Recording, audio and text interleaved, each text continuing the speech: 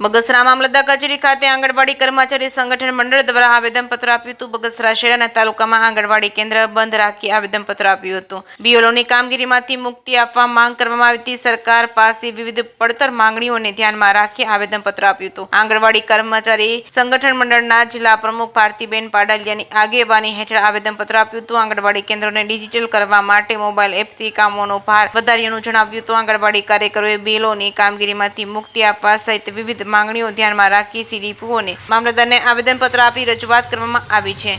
જે કેસવી ગુજરાતી સાથે રોમિલ મલવર, બગસરા। આજે અમે બગસરા તાલુકાના તમામ હેલ્પર વર્કર બહેનો, સીડીપીઓ બેન તેમજ મામલતદાર સાહેબને આવેદન આપેલ છે। કારણ કે અમે કેટલા સમયથી, અમારા લાંબા સમયથી એક જ માગણી, અમે 18 માંગણીઓ લઈને આવેદનપત્ર આપીએ છીએ। એમાંથી સરકારે અમારી એક પણ માંગણી સ્વીકારેલ નથી। પ્રત્યક્ષ અમે સીએમ સાહેબને મળ્યા છતાં પણ અમારી એક માંગણીનો ઉકેલ આવેલ નથી। અત્યારે અમારા એટલી કામગીરી છે આઈસીડીએસની, છતાં પણ સરકારે બહારની કામગીરી, અમારે પરિપત્ર છે કાયદેસર કે બહારની કામગીરી નથી કરવાની, છતાંય અમને બીએલઓની કામગીરી જબરદસ્તી અત્યારે બહેનોને ઓર્ડર લેવા આપી દીધા છે અને પરાણે અમને ઓર્ડર આપ્યા છે તમારે કામગીરી કરવી જ પડશે એમ।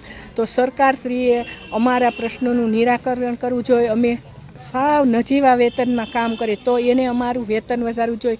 અમને લઘુત્તમ વેતનમાં સમાવેશ કરવો જોઈએ અમારો, અને કાયમી કર્મચારીમાં ગણતરી કરવી જોઈએ। અને અમે જે મોબાઈલ વગરની કામગીરી કરીએ છીએ, અમને સરકારે મોબાઈલ અત્યારે પહેલાં આપેલો એ મોબાઈલ એકદમ હાલ ચાલતો નથી, એમનેમ પડ્યો છે। અમે અમારા પર્સનલ મોબાઈલમાં અત્યારે કામગીરી કરીએ છીએ। એમાં એફઆરએસનું કામગીરી કરવામાં અમારે આખો મહિનો એમનેમ વયો જાય છે। જે અમારું મુખ્ય ધ્યેય છે બાળકોનું, એ અમારે થતું જ નથી। અને એફઆરએસની કામગીરી સતત અમારે એમ કે છે ફોટો કેપ્ચર કરો, ફોટો કેપ્ચર કરો। THR પેકેટમાં અમારે ફોટા કેપ્ચર કરવાની, મૂળ તો એ કામગીરી બંધ કરે અને સરકાર અમને નવા અને સારી ગુણવત્તાના મોબાઈલ આપે અને અમને લઘુત્તમ વેતનમાં સમાવે, એવી અમારી માગણી છે અને વહેલી તકે અમારા પ્રશ્નનો ઉકેલ આવે।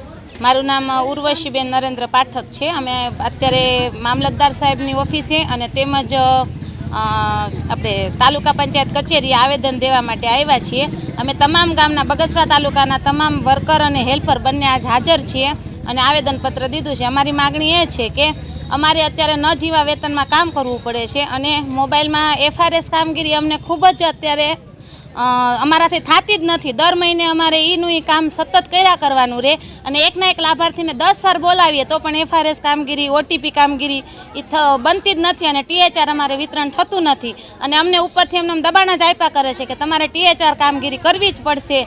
તો અમારે આ ન જીવા વેતનમાં અને આખો દિવસ એકનું એક કામ કરવાનું અને પોષણ ટ્રેકરમાં કામગીરીમાં એમને સતત હાજર રહીએ તો બાળકોના પોષણનું શું થશે, બાળકોનું શું કરવાનું, બાળકોને અમારે શિક્ષા ક્યારે આપવાની?